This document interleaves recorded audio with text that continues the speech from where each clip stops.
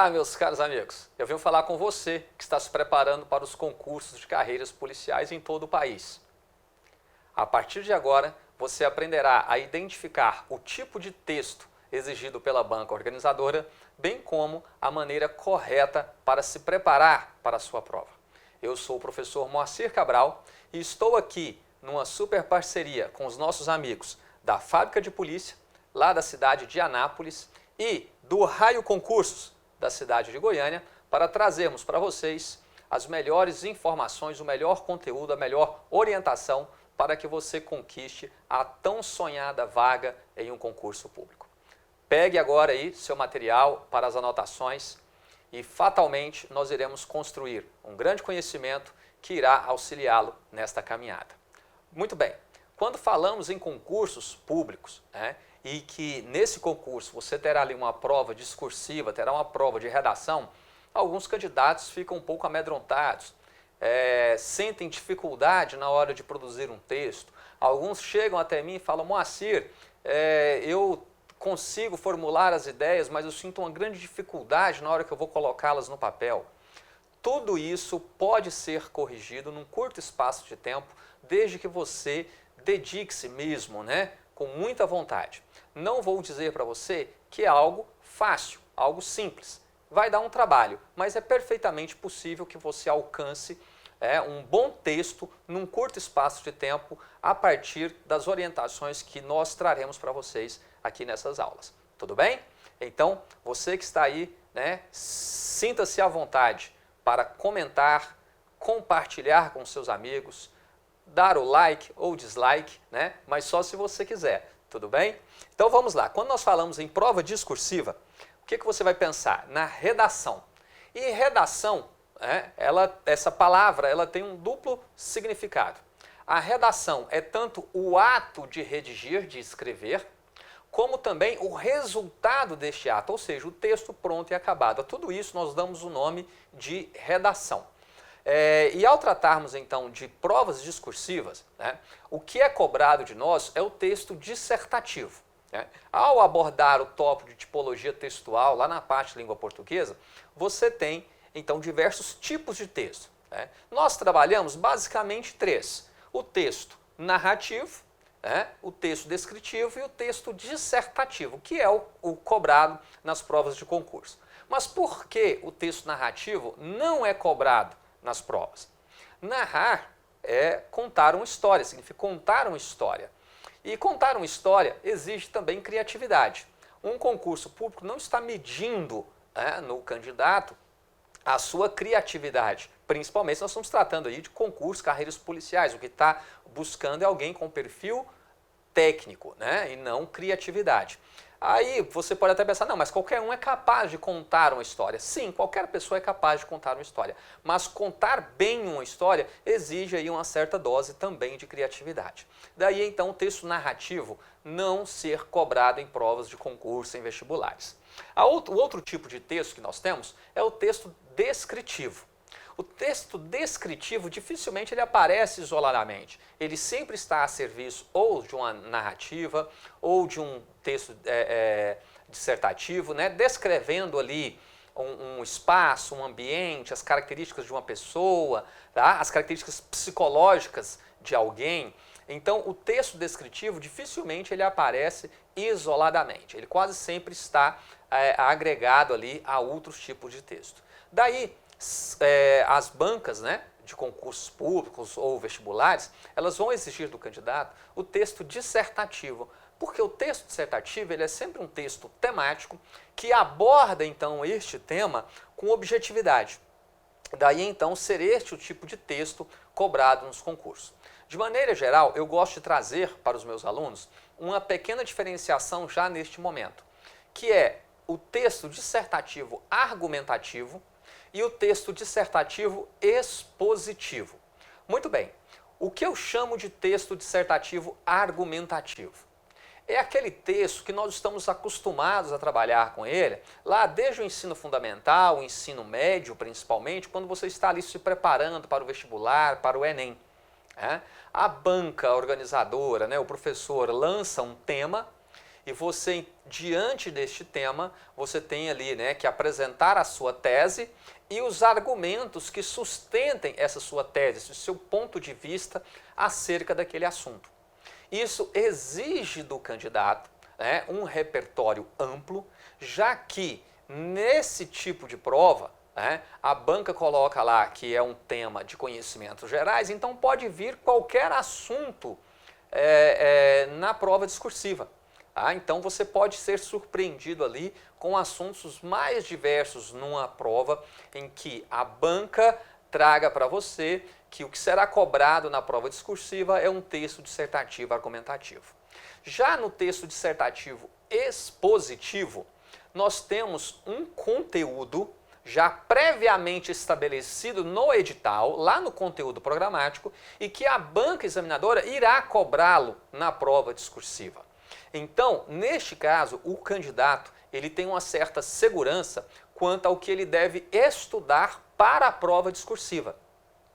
Mas aí vem um detalhe, porque não basta ele ter ali o domínio do conteúdo. Ele tem que saber também sistematizar, esquematizar esse conteúdo por escrito, porque é o que será exigido dele ali no momento da prova, tá? Mas independente da banca cobrar de você uma dissertação argumentativa ou uma dissertação expositiva, eu vou começar aqui destacando os fundamentos do texto. 3 pontos que você deverá então estar atento no momento em que você estiver escrevendo, produzindo um texto, seja ele qual for, tá? Essas orientações valem para qualquer tipo de texto que você vá produzir. O primeiro item é a clareza. É você ser capaz de transmitir exatamente aquilo que precisa ser transmitido, aquilo que você quer passar então ali no seu texto. Para isso você tem que tomar muito cuidado com as palavras que você está empregando no seu texto para ter a certeza de que elas estão realmente traduzindo o que você está pensando, o que você está querendo naquele instante. A dica que eu dou é: jamais vá para uma prova e queira empregar palavras, vocábulos, termos ali, expressões que você não tenha o domínio, não tenha a segurança do sentido que ela irá atribuir ao seu texto. Só para você ter uma ideia, eu estava trabalhando numa turma específica no preparatório para um concurso de bombeiros militar em Goiás. E em uma das aulas eu tive a felicidade de trabalhar um dos temas cobrado na prova, o tema cobrado na prova de soldado, na verdade. E eu trabalhando com a turma, métodos de extinção de incêndio. E um aluno resolveu então substituir o termo extinção por outro que ele acreditava ser equivalente. E ele trocou então extinção por contenção, que segundo ele não queria repetir o termo dentro daquele texto. Mas veja só, ao substituir extinção por contenção, será que ele atribuiu o mesmo sentido? Obviamente não, né? Você já percebeu aí. Então tome muito cuidado. Tá? Clareza naquilo que você vai colocar no papel, então significa que você deva ter segurança dos vocábulos ali empregados. Então, escreva como se você estivesse explicando para os seus amigos, né? Como se você estivesse conversando com seus familiares ali em torno da mesa do café, só que, claro, evitando o quê? Evitando as gírias, né? Evitando aquelas expressões que venham a ferir aí a norma culta da língua portuguesa. Tudo bem? Então, clareza, seja objetivo, vá direto ao ponto. E ligado a isso aí, está um segundo fundamento do texto, que é a concisão, tá? Que é aquilo que nós chamamos então de economia verbal. Você falar o que precisa ser dito e ponto. Tá? E buscar sempre as palavras mais simples, mais diretas, né? Então, até dá essa dica, né? Das palavras as mais simples, entre as mais simples, a menor. Então você precisa trazer lá, né? Por exemplo, precipitação pluviométrica ou chuva? Obviamente você vai empregar chuva, né? Somar ou contabilizar? Somar. Então prime por isso, por utilizar as palavras mais claras, mais diretas possíveis. E isso irá facilitar então que o examinador possa ler o seu texto de forma ali direta, corrida, tá? E você não corre o risco de cometer o equívoco colocando uma palavra que não traduza, né, que não dê o significado realmente desejado naquele momento. E um terceiro fundamento que eu quero destacar com vocês é a correção. É você utilizar o quê? A língua padrão. E aqui o ponto-chave. Só se comunica bem, só escreve bem quem, antes de tudo, é um grande leitor. Então, para aquele estudante que fala, você tem uma dificuldade em escrever, em colocar as ideias no papel. Na verdade, para a maioria, né, daqueles que já me trouxeram esse questionamento, o que falta realmente é uma leitura prévia, é um amplo domínio do conteúdo que está sendo cobrado, exigido ali pela banca, né, examinadora, ou daquilo que ele tem que produzir. Então, a leitura, ela sempre precede a escrita. Então, você tem que ler muito para produzir um texto. Né? Não me recordo agora o autor, mas fala que você tem que ler uma meia biblioteca para produzir um livro. E é isso mesmo, para você produzir uma redação, você tem que ler ali uns bons artigos, uns bons capítulos, uns bons livros para produzir uma boa redação. Beleza? Tranquilo? Então, esses 3 pontos aí, esses 3 fundamentos do texto, você deve persegui-los em qualquer texto que você vá fazer. Antes ainda de destacar, né, dissertação argumentativa ou dissertação expositiva, eu vou trazer para vocês algumas dúvidas que os alunos sempre me trazem no dia a dia. Tá? E se porventura, após esses questionamentos, né, que os alunos me trazem, que eu já vou esclarecer aqui com vocês, ficar alguma coisa, você ficar com alguma dúvida, entre em contato. Tá? Procure aí pelas redes sociais, professor Moacir Cabral, né, Instagram, Facebook, tá? Deixe aí nos comentários, tudo bem? Que eu vou responder com o maior prazer. Aquilo que eu sentir a necessidade, de repente grava um novo vídeo trazendo esclarecimentos para vocês, mas por favor, fique à vontade para mandar aí os seus questionamentos. Então vamos lá, pessoal, quais são as principais dúvidas que os alunos sempre me trazem? Primeiro ponto, devo colocar título na minha redação? Meus caros, título somente se a banca pedir. A banca tem que pedir expressamente. Seja já no edital, ela trazer a orientação que você deverá dar um título à sua redação, ou ainda no caderno de provas. Ela traz a orientação para que você coloque um título no seu texto. Ou ainda, de repente, lá na folha definitiva, na folha que você tem que passar a limpo, a banca pode também deixar um espaço específico designado para o título. Se ela fizer isso, ela quer que você dê um título à sua redação. De maneira geral, né, nos concursos de carreiras policiais, as bancas não têm exigido título, tá? Salvo uma prova ou outra, uma banca com alguma particularidade. Por exemplo, se você for fazer a prova, as últimas provas para a Polícia Militar do Estado de Minas Gerais, a folha definitiva ela traz lá um espaço para que você transcreva o tema da redação, esse é dado pela banca, e logo abaixo você tem um espaço também delimitado para que você dê o título da sua redação. Então ela pede isso, ela pede o título. Tá? Mas se a banca não pedir expressamente, não se preocupe, você não precisará colocar título na sua redação.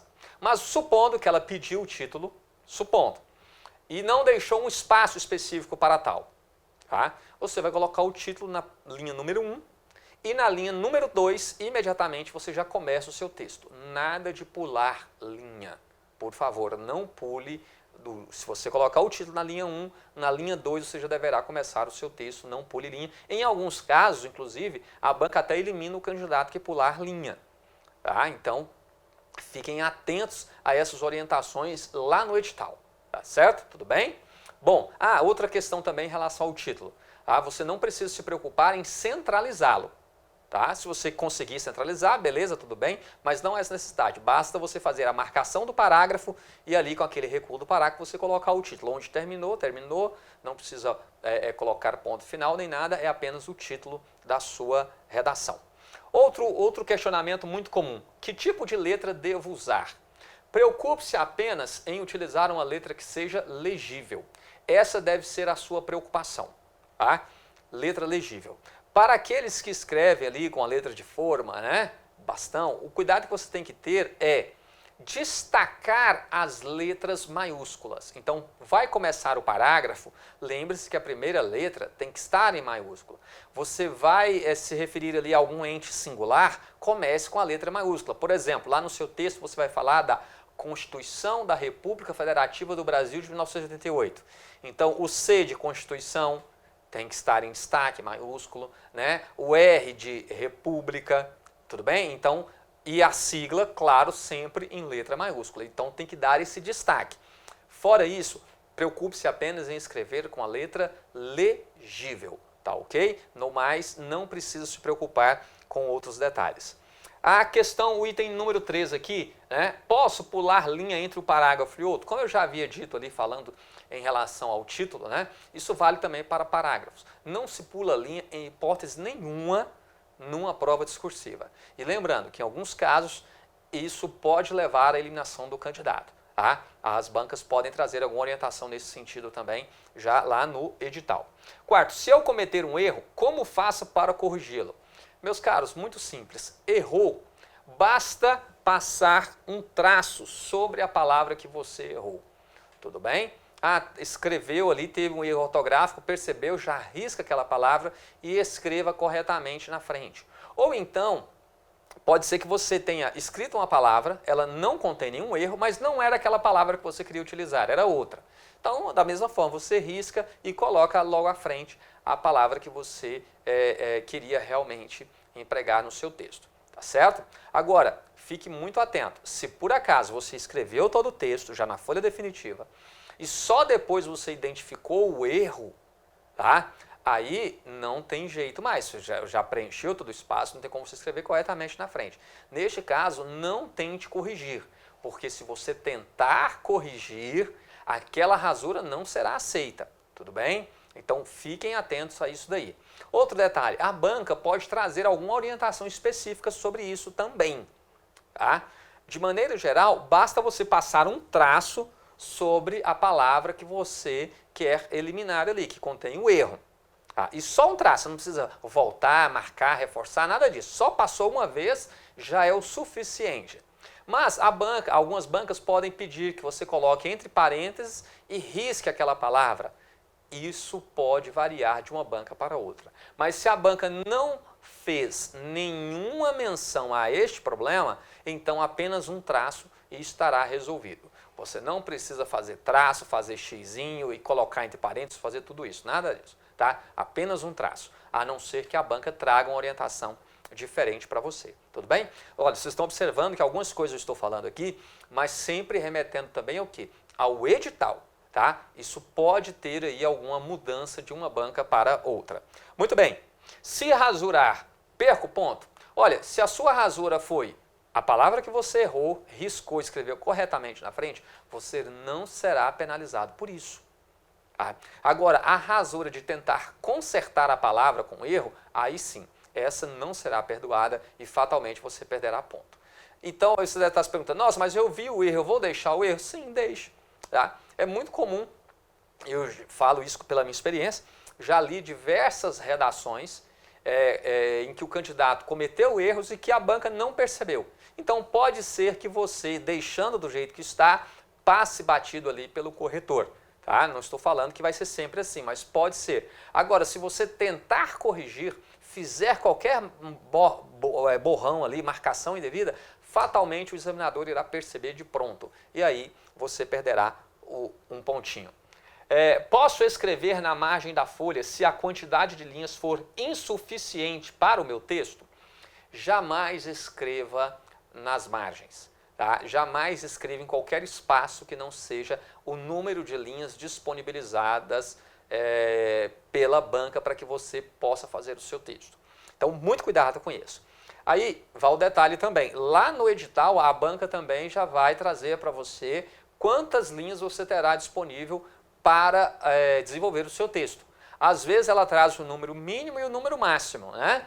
É muito comum você ter ali de 15 a 30, de 20 a 30, mas pode ser também que você tenha 35, 40, até 45 linhas. Eu já me deparei com provas de concursos aí, que o candidato tinha então 45 linhas para desenvolver o seu texto. Fique atento ao que está escrito no edital. Então, limite-se a isso. Nada, só faltou uma palavrinha aqui, vou colocar do lado aqui, ao lado da margem, abaixo, nada disso. Aquilo que ultrapassar os limites estabelecidos pela banca não será considerado e em alguns casos pode até levar o candidato a ser eliminado. Tudo bem? Até aproveito para trazer a seguinte orientação. Às vezes, com certeza a maioria já passou por isso. Você faz um rascunho e quando começa a passá-lo a limpo, você vai então promovendo mudanças no texto. Já aconteceu isso com você? Olha só, tome muito cuidado, porque às vezes o seu rascunho já está ali, vamos supor que você tem 30 linhas para desenvolver o seu texto, o seu rascunho já está no limite.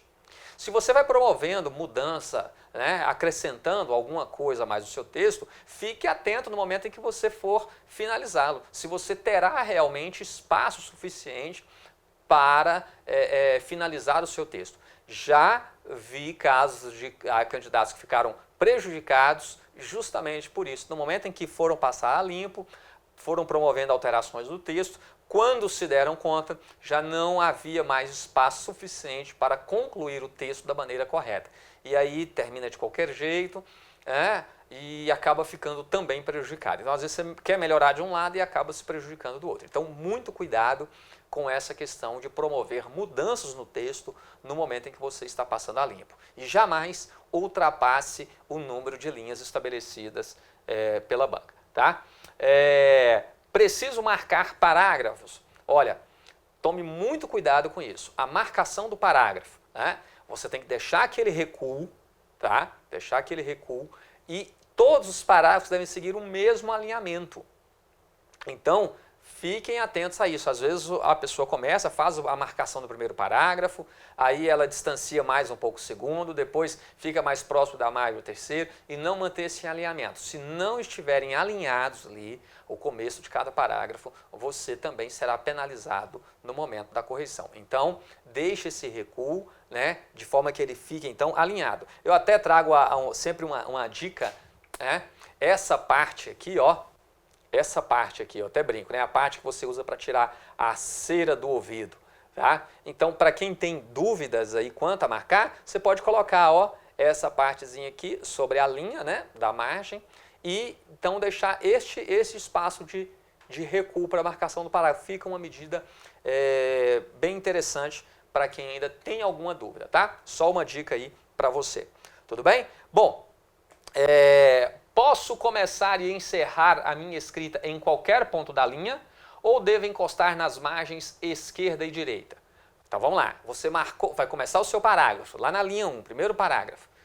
Começou, tem que deixar o recuo. Deixou o recuo, começa o seu texto, ele vai até a margem direita. E continua ali novamente o quê? Da margem esquerda à margem direita, margem esquerda, margem direita. Parágrafo justificado. Lembra lá do editor de texto? Você digita o texto, né? E ele fica todo desalinhado, aí depois você seleciona, clica na barra de ferramentas lá, né? Justificar e o texto fica alinhadinho. É isso que você deve perseguir no seu texto. Ele deve encostar nas margens, começar encostado na margem esquerda e terminar encostado à margem direita, certo? Somente no momento em que vai encerrar o parágrafo, aí em qualquer ponto da linha que você terminar, ponto final, acabou. Tá? A última linha você não precisa se preocupar. Tudo bem? O único cuidado que você tem que ter é só quanto à contagem de linhas efetivamente escritas. Por que você tem que tomar cuidado com isso? Para algumas bancas, elas só contam como linha efetivamente escrita aquela que tem uma palavra completa, certo? Então, só isso. Agora, esta orientação, ela muda de uma banca para outra. Você tem casos aí de bancas que exigem que o candidato escreva pelo menos a metade da linha para que ela seja contada como efetivamente escrita. Fique atento, então, a esta orientação lá no edital. Se a palavra não couber na linha, o que eu faço? Você está transcrevendo ali o seu texto para a folha definitiva, está finalizando a linha, você vai colocar uma outra palavra e percebe que ela não caberá inteira naquela linha. Você deverá fazer a translineação. O que é a translineação? É a passagem, né, de uma palavra de uma linha para outra. Neste caso, o único cuidado que você tem que ter, fazer a divisão silábica corretamente. Faça a divisão e coloque o hífen, tá? Colocando o hífen e continuará a palavra na linha posterior, na linha que vem logo abaixo, certinho? Agora um detalhe, às vezes você vai fazer essa translineação e você, por descuido, acaba fazendo a divisão silábica já encostado à margem e não deixou espaço para o hífen. Neste caso, não é a regra, mas as bancas têm aceito. Você sublinhar a última sílaba. Sublinhar a última sílaba e continuar a palavra logo na linha posterior. Tudo bem? Mas veja, essa não é a regra. A regra é o quê? É você fazer a divisão silábica, certo? Beleza? Bom, como escrever os numerais, tá? Você vai escrever os numerais. Olha só, escrever os numerais. Você deve escrever, a regra geral é, escreva os numerais por extenso. Por exemplo, se você vai se referir numa redação lá a uma pena de 12 anos, tá? Então, você vai colocar lá, né, pena de 12 anos por extenso. Você não vai colocar o algarismo.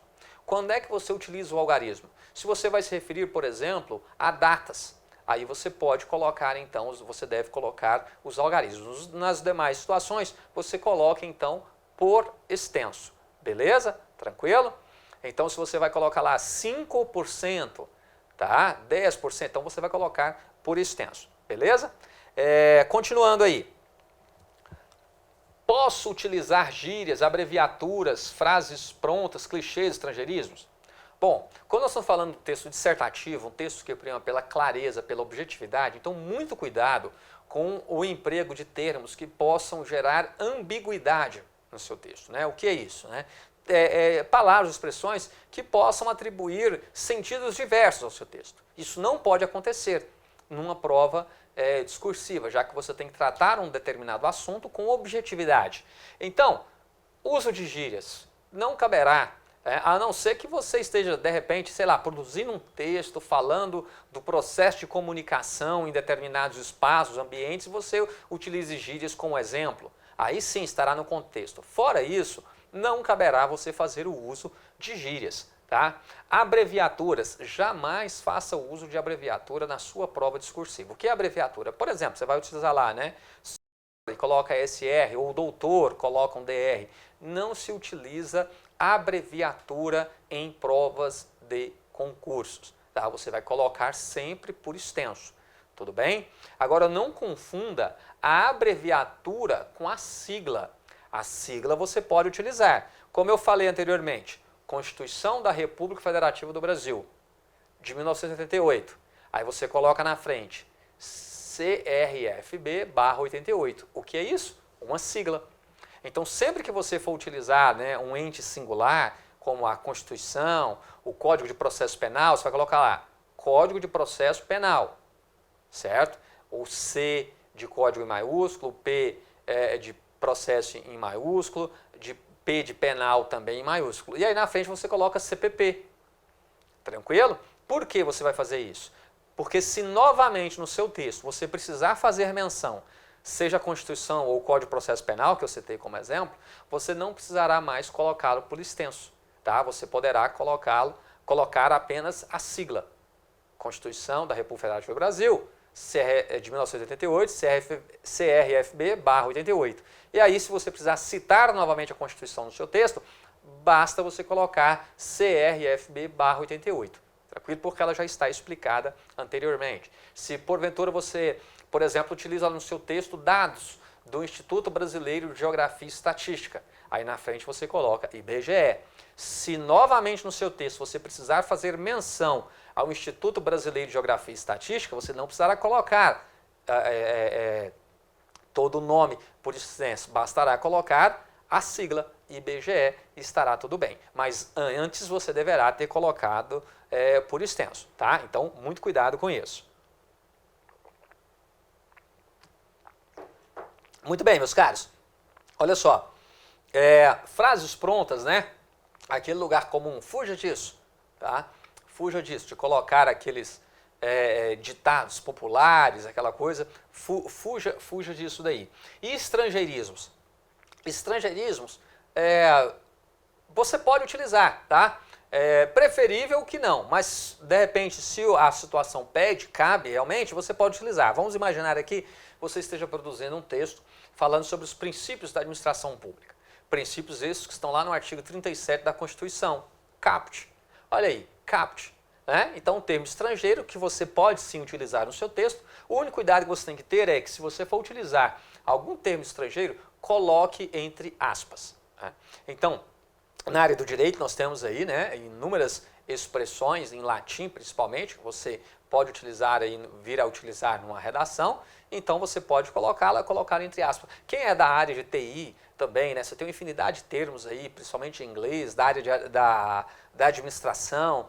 Então, nesses casos, você pode sim fazer a utilização desses termos estrangeiros, só tomando esse cuidado.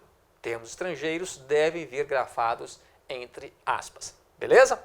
É possível usar metáfora. Meus caros, a metáfora é uma figura de linguagem em que você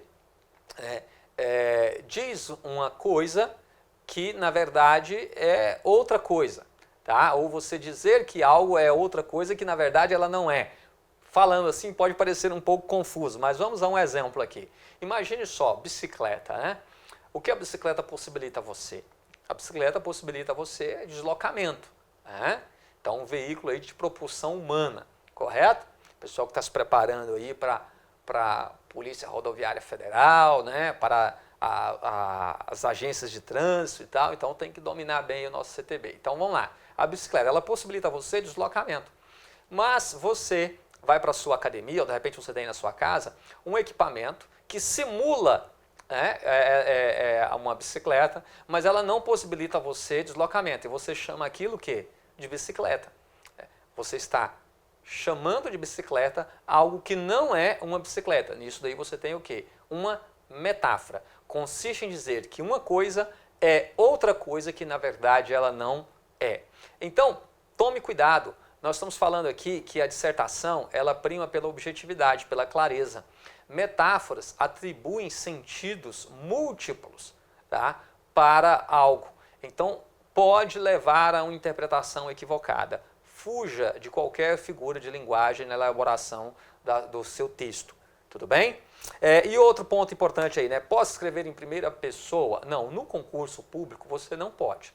No dia a dia, no seu cotidiano, você pode sim fazer uma dissertação em primeira pessoa, tá? Mas, pensando em uma prova de concurso público, pensando em um vestibular, você deverá escrevê-la em terceira pessoa. Então, fique muito atento a isso.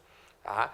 Para fins de avaliação é que a sua prova, o seu texto deverá ser feito em terceira pessoa. No mais, você pode sim escrever em primeira pessoa, mas não pensando em uma prova de concurso público ou mesmo num vestibular. Tá certo? Então, esses são os principais questionamentos que eu sempre recebo dos meus alunos na sala de aula. Se porventura eu não comentei algo aqui que você carrega aí como uma dúvida, deixa aí nos comentários, tá? Entre em contato comigo pelas redes sociais e eu terei o maior prazer em respondê-lo. Outras dicas importantes que eu tenho aqui para vocês é o seguinte: jamais analise um tema, tá? Um assunto, seja ele qual for, e demonstre ali as suas emoções, utilizando palavras do tipo absurdamente, infelizmente, né? Isso denota o quê? Denota um envolvimento pessoal ali, a sua emoção diante da análise daquele assunto. E lembre-se do que eu falei agora há pouco, né? Impessoalidade. Tá? O seu texto não deve ser escrito em primeira pessoa. Se você coloca expressões desse tipo, você está colocando ali justamente a sua emoção, está deixando aflorar a sua emoção. Então, fuja disso. Tá? E outro ponto importante aqui, prefira períodos curtos aos longos. Então, busque aquela redação mais jornalística, os períodos mais curtos, tá? Finalize um período, coloque ponto final, continue ali até concluir o parágrafo. Às vezes a pessoa escreve um parágrafo inteiro, 7, 8, 9, 10 linhas e é um período só, Há 10 linhas ali em um período, há uma chance muito grande de você se confundir, fazer o emprego equivocado ali de vírgulas, certo? Colocar vírgula onde não existe ou deixar de colocar vírgula onde deveria ter colocado. Então, dentro de um parágrafo, você está abordando um assunto, né? Você tratou um top, ponto final, continua na mesma linha, ponto final, até que você conclua aquela ideia a ser trabalhada naquele parágrafo. Tudo bem? Beleza? Então, faça essa pontuação de forma mais clara possível para não ser prejudicada aí no momento da correção do seu texto, tá? Então vamos lá. Agora nós vamos partir para um momento muito importante, que é você aprender o quê? Aprender a reconhecer, tá, o tipo de texto que a banca vai cobrar de você, o tipo de texto que a banca exigirá de você. Então, não perca essa próxima aula, tá? vamos seguir juntos aqui para que você possa identificar se a banca vai cobrar de você uma dissertação argumentativa ou se ela cobrará de você uma dissertação expositiva. Tamo junto? Avante, avante!